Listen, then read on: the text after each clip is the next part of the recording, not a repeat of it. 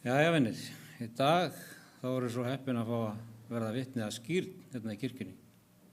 Það er alltaf mikil og gleðileg hátíð þegar slíkt á sér stað.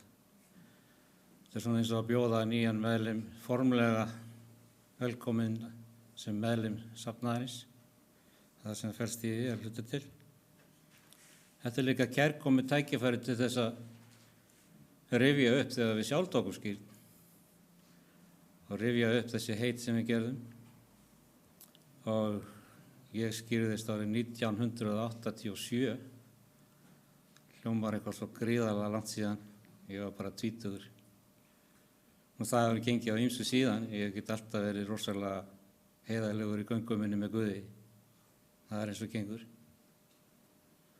En núna eins og þetta tækifæri að gera að rifja upp okkar fyrri heit þegar við sjálf tókum skírn. En við þetta tækifæri það langar mér að fjalla svolítið það hvað þýðir þetta að taka skírn. Og það segir hérna í Matteus 3, 1, 5 og 6 að á þeim dögum kemur Jóhannes skírari fram og predikar í óbyggðum Júdeu. Menn streymdu til hans frá Jerúsalem, allri Júdeu og Jórdanbyggð, létu skírast af honum í ánni Jórdan og játuðu syndir sínar. Jóhannes, hann skírði fólk augljóslega, enda var hann kallaður Jóhannes skírari. Og það var augljóslega talsvert af fólki sem kom til hans og þáði skírn af honum. Boðskapurinn sem hann flutti var að skila árangri. En hvers vegna skírn? Og það segir þarna að fólki lét ekki bara skírast, það játaði syndir sínar. Það er augljóslega tenging þar á milli. Og svo sjáum við líka þarna í 11. versi í sama kafla, það sem hann segir: Ég skíri yður með vatni til iðrunar, en sá sem kemur eftir mig er mér máttugri og er ég ekki verður að bera skó hans. Hann mun skíra yður með heilugum anda og eldi. Skírn Jóhannesar var skírn til iðrunar synda. Fólk játaði syndir sínar og því til staðfestingar þá tók það þessa skírn. Þetta var táknræn athöfn að hreinsa sig af syndum sínum. Og þetta er eitthvað sem við sjáum aðeins í Nýja testamentinu, það er að segja svona skírn. En hvaðan kemur þessi hugmynd skírn? Er eitthvað í Gamla testamentinu sem vísar til skírnar og þessar athafnar? Já, því það eru atburðir sem áttu sér stað í sögum Biblíunnar sem voru eins og fyrirboði skírnarinnar. Fyrsta atvikið er sagt frá í 1. Mósebók og Pétur, hann nefnir þetta í bréfi sínu, 1. Pétursbréfi 3:20. Hann segir að þeir höfðu óhlýðnast fyrrum að þegar Guð sýndi langlindi og beið á dögum Nóa með örkin var í smíðum, í henni frelsuðust fáeinir, það er 8 sálir í vatni. Og svo segir hann hér: með því var skírnin fyrirmynduð sem nú einnig frelsar yður. Hún sem ekki er hreinsun óhreinenda á líkamanum, þurfum ekki að fara hann í bað, heldur bæn til Guðs góða samvisku fyrir upprisu Jesú Krists. Og það að Nói og fjölskylda hans fór í gegnum vatnið í flóðinu táknar skírn Nýja testamentisins eftir því sem að Pétur er að segja hér. Og hann tengir hjálpræði okkar við söguna Nóa og notar vatnið í flóðinu sem fyrirmynd skírnarinnar. Nói, hann var frelsaður með vatni. Örkin táknaði hjálpræði fyrir Nóa eins og skírn táknar hjálpræði fyrir okkur. Nú Páll, hann talaði einnig líka þetta og hann segir í 1. Korinthubréfi 10, 1. versunum þar. Hann segir: Ég vil ekki bræður að yður skuli vera ókunnugt það að feður voru allir undir skýinu og fóru allir yfir hafið. Allir voru skírðir til Móse í skýinu og hafinu, stendur þar. Móse, hann hafði sjálfur sér gengið í gegnum eins konar skírn þegar hann fór Nílarvötn í sinni eigin örk. Þau munið til sögun af Móse. Að hann sem ungbarn var lagður í einhvers konar örk og var látið fljóta á áni Níl. Það var eins konar skírn. Og síðan leiddi Móse Ísraelsmönnum Rauðahafið þegar þeir fylgdu allir dýrðarskýi Guðs sem leiddi það áfram. Og svipaðan hátt og við sameinumst Kristi í skírninni voru Ísraelsmenn skírðir eða dýfðir í Móse og samsama sig honum og sáttmálunum sem hann færði þeim. Annar fyrirboði Gamla testamentið sem skírn sést í sögunum Jónas, sem kannski margir tengja kannski ekki við skírn, en spámaðurinn fer niður í vötnin til þess sem virtist vera ákveðin dauði. Aðeins til að frelsast af Guði af miklum fiski sem bjargaði spámanninum og gefur honum þannig upprisu. Og Jónas vísar til þessara staðreyndar í bæn sinni sem við lesum þarna í öðrum kafla í Jónas vers 6 og 7. Vötnin luktu mig og ætluðu að sálga mér. Hyldýpið umkringdi mig, þá færðir þú líf mitt upp úr gröfinni, drottinn Guð minn. Við sjáum þarna ákveðna samlíkingu við skírnina í þessu öllu saman. Það sem Jónas lendir í. Og Jesús hann notaði síðan söguna Jónas sem dæmi upprisu sína. Vatnið það hefur verið mikilvægt tákn í gegnum sögur Biblíunnar.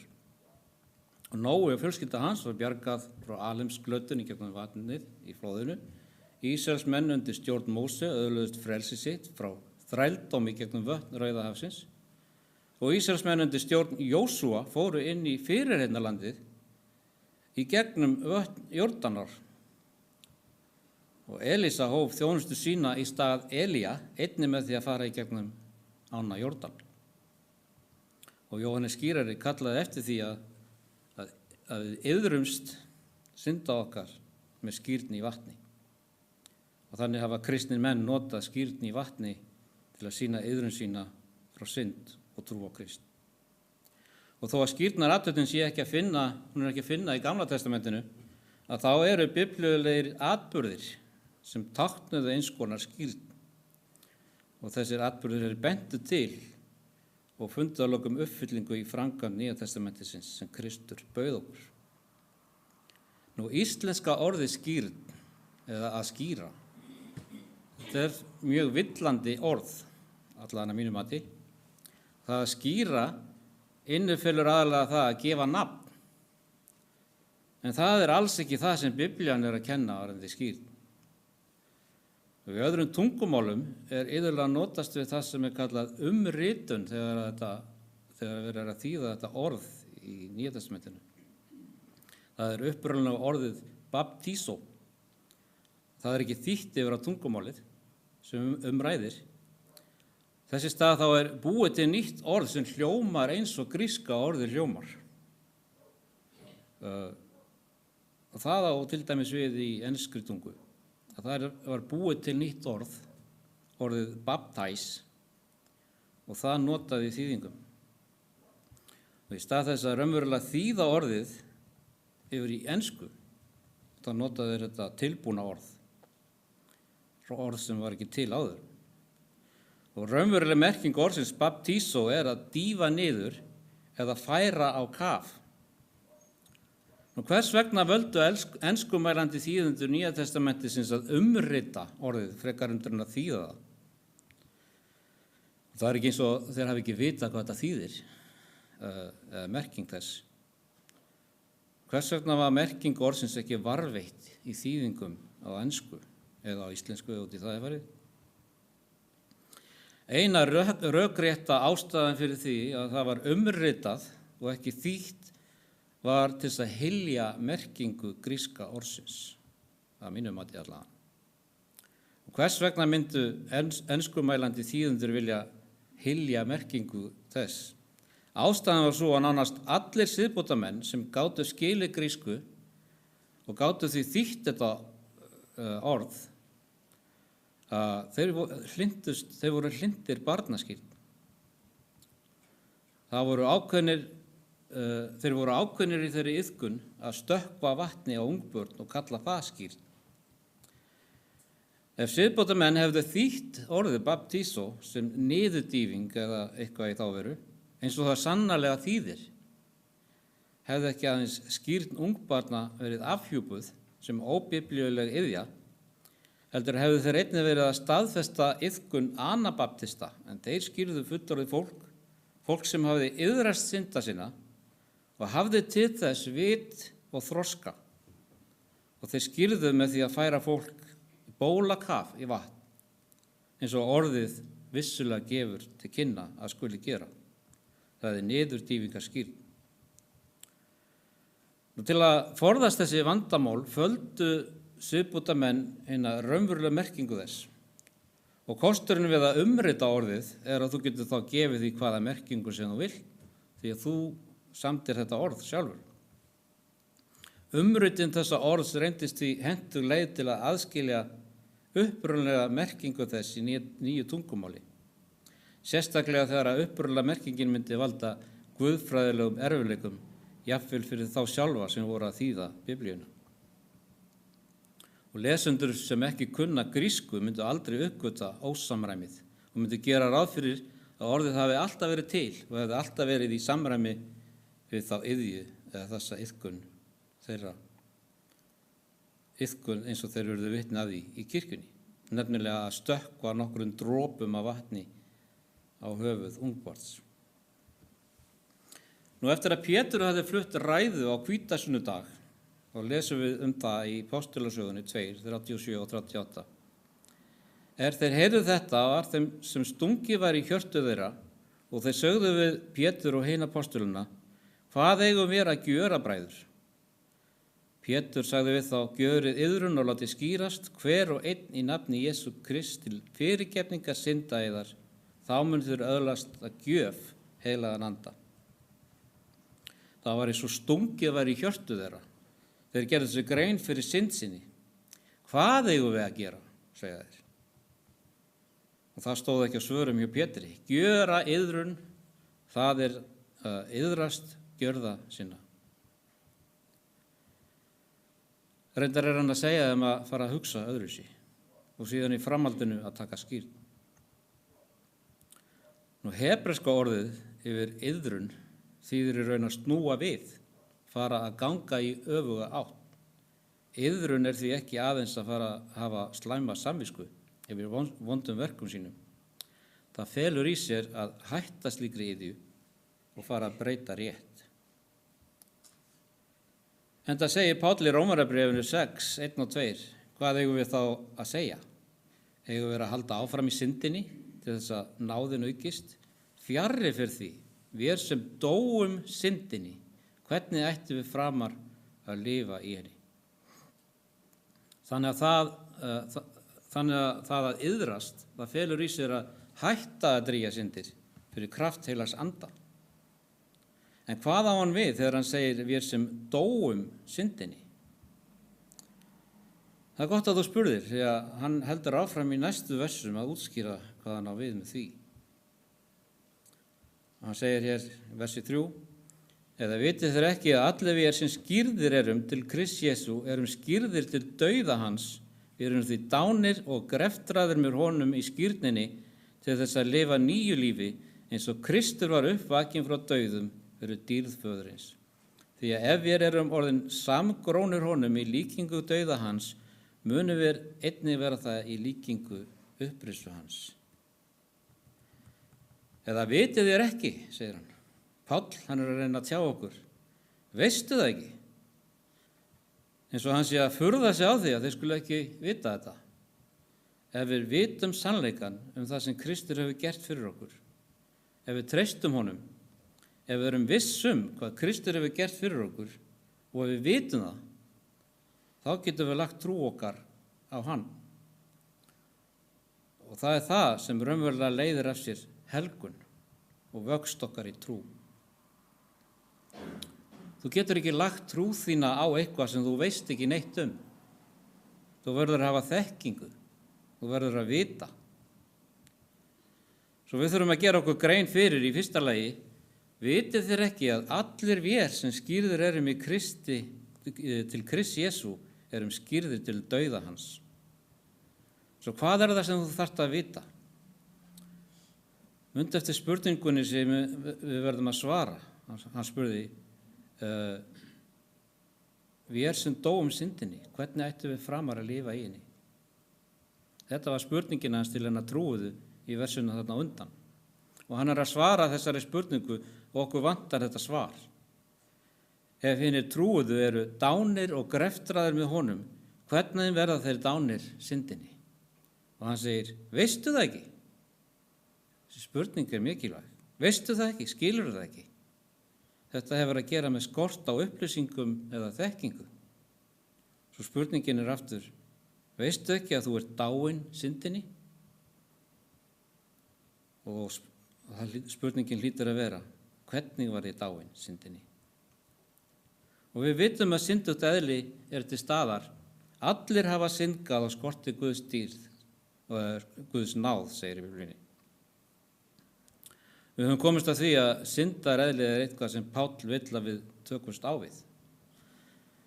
En núna segir hann, við erum dauð syndinni. Svo hvernig verðum við dauð syndinni? Veistu það ekki? Það hlýtur að vera annað að tvennu. Annarkvort skortir þig upplýsingar eða þegar þú hefur heyrt það sem ritningin hefur ítrekað boðað þér, þá hefur þú ýtt því til hliðar. Þú varst bara ekki tilbúin til að taka við boðskapnum. Og raunin að oft þegar við komum að því sem við lesum í boðskap fagnaðarindisins, boðskap Biblíunnar, þá hneigist fólk oft til að gera lítið úr mikilvægi þess sem við lesum. Við sjáum ekki hið sanna gildi boðskapar krossins. Fyrir þann sem trúir, þá það mikil mistök. Vitið þér ekki að allir við sem skírðir erum til Krists Jesú? Hefur enginn sagt yður það? Eða þegar þú heyrðir það, varstu ekki tilbúin að trúa því? Að allir við sem skírðir erum til Krists Jesú erum skírðir til dauða hans. Þannig erum við dáin syndinni og það skírn okkar til Krists Jesú. Það til þess að við getum, eins og segir þarna, lifað nýju lífi. Við erum dáin og grafin í skírninni til þess að geta risið upp til nýs lífs eins og Kristur reis upp frá dauðum. Sjáðu hvað Páll segir svo hér í Galatabréfinu 3:26-28. Þér eru allir Guðs börn fyrir trúna á Krist Jesú, allir þér sem eru skírðir til samfélags við Krist. Þér hafið íklæðst Kristi. Hér er enginn gyðingur, ni grískur, þræll, ni frjálsmaður, karl, ni kona. Þér eru allir eitt í Kristi Jesú. Sjáðu hvernig Páll líkir skírninni við það að íklæðast Kristi. Það er ekki aðeins nokkri dropar af Kristi sem eru ausið yfir okkur. Það þýðir að vera klæddur og vera gæddur þeim eiginleika að vera sveipaður skjóli Krists. Og allir sem hafa sameinast Kristi í skírninni hafa klætt sig í Krist eins og að klæðast nýjum fötum. Og þegar við erum skírð til Krist verðum við umvafin Jesú Kristi eins og skikki. Óhreinum gömlu og syndugum tuskum okkar er kastað af okkur og við klæðumst nýju réttlátu eðli Jesú Krist. Vaskýrn, niðurdýfingar skírnin sýnir okkur þetta á svo myndrænan hátt. Þetta verk skírnarinnar í Kristi fyrir heilagan anda. Að vera skírður til Krists þýðir að sameina og samsama sig honum í dauða hans, greftrun og upprisu. Við dóum með honum og fengum fyrir hann nýtt líf þar sem við erum laus við synd. Og þetta stendur öllum til boða eins og kom svo vel fram í þessu versi. Og Páll lýsir því hér í Rómverjabréfinu 13:14 hvað það þýðir að vera íklæddur Kristi. Hann segir, íklæðist heldur drottni Jesú Kristi og alið ekki önn fyrir holdinu svo að það verði til að æsa gyndir. Páll var að tala að klæðast andlegum klæðum. Þeir sem klæðast Kristi eru þeir sem einbeita sér að því að fullnægja ekki óskum hins synduga eðlis. Og í versunum á undan hefur Páll hvatt hina heilugu til að rísa af svefni og leggja af verk myrkursins og klæðast hertígjum ljóssins. Páll dregur upp þessa mynd af því að hefja nýtt líf í Kristi, eins og að skipta út myrkri næturinnar fyrir ljós dagsins. Sem trúaðir einstaklingar verðum við ekki aðeins að vakna og henda af okkur náttfötunum, heldur einnig að klæða okkur í viðeigandi búning fyrir nýjan bjartan dag. Gömlu klæðin okkar voru verk myrkursins, en hinn rétti nýji klæðnaður eru klæði ljóssins. Að klæðast Kristi felur í sér að klæðast nýju eðli. Okkur sagt að íklæðast hinu nýja manni sem skapaður eftir Guði í réttlæti og heilagleika og sannleikans. Við klæðumst Kristi þegar okkar gamla eðli neglt á krossinn og við klæðumst í réttlátu lífi Krists. Og fyrir söfnuðinum í Kólósu endurómar Páll þennan sannleika og hann segir: og íklæðist hinum nýja sem endurnýjast til fullkomnar þekkingar og verður þannig mynd skapara síns. Andlega klæðið sem engin kristinn maður ætti nokkuð tíman að vera án, það drottinn Jesú Kristur. Að klæðast Kristi þýðir að láta drottinn vera vopn okkar, faðma hann að okkur, treysta honum daglega í trú, þakklæti og hlýðni. Að íklæðast Kristi felur í sér að við erum aldrei yfirgefin á honum. Hann alltaf til staðar fyrir okkur. Við erum stöðulega í honum og hann í okkur. Og þegar við tilengum okkur eðli hans, það sem hann stóð fyrir og hvernig hann lifði. Að klæðast Kristi þýðir að fylgja honum og láta líf okkar líkjast Jesú. Frekar en að laga okkur að mynstri þessa heims.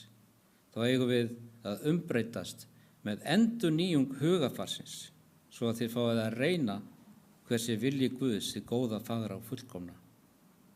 Þessi breyting krefst þess að afnema gamla sjálfið og íklæðast hinu nýja í gegnum líf okkar í Kristi.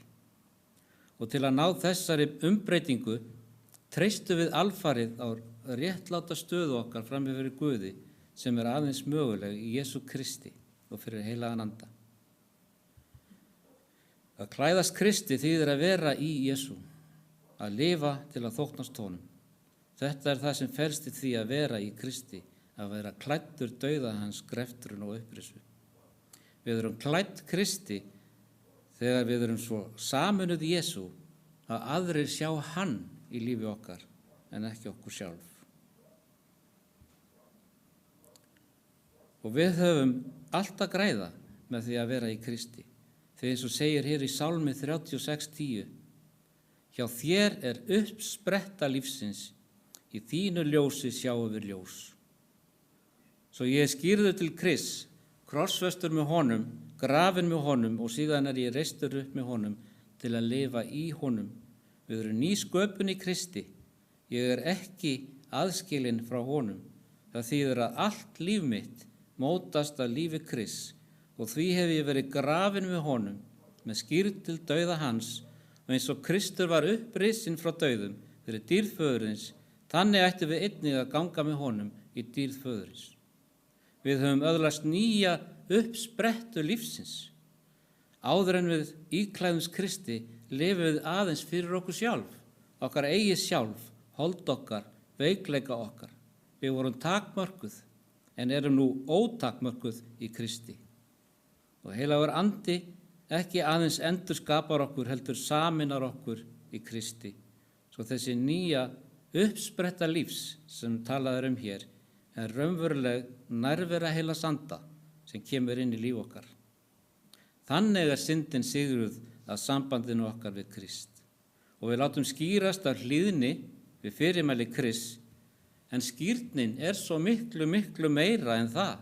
Skýrnin falleg og gefur mjög góða mynd að dauða, greftrun og upprisu. En ef við staðnæmumst þar, þá gagnast það okkur ekkert.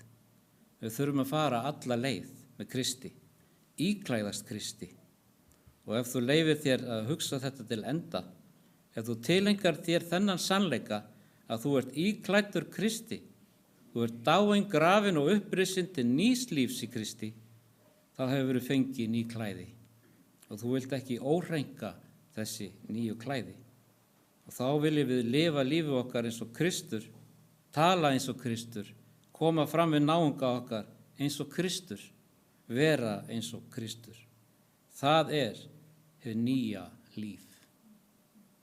Amen.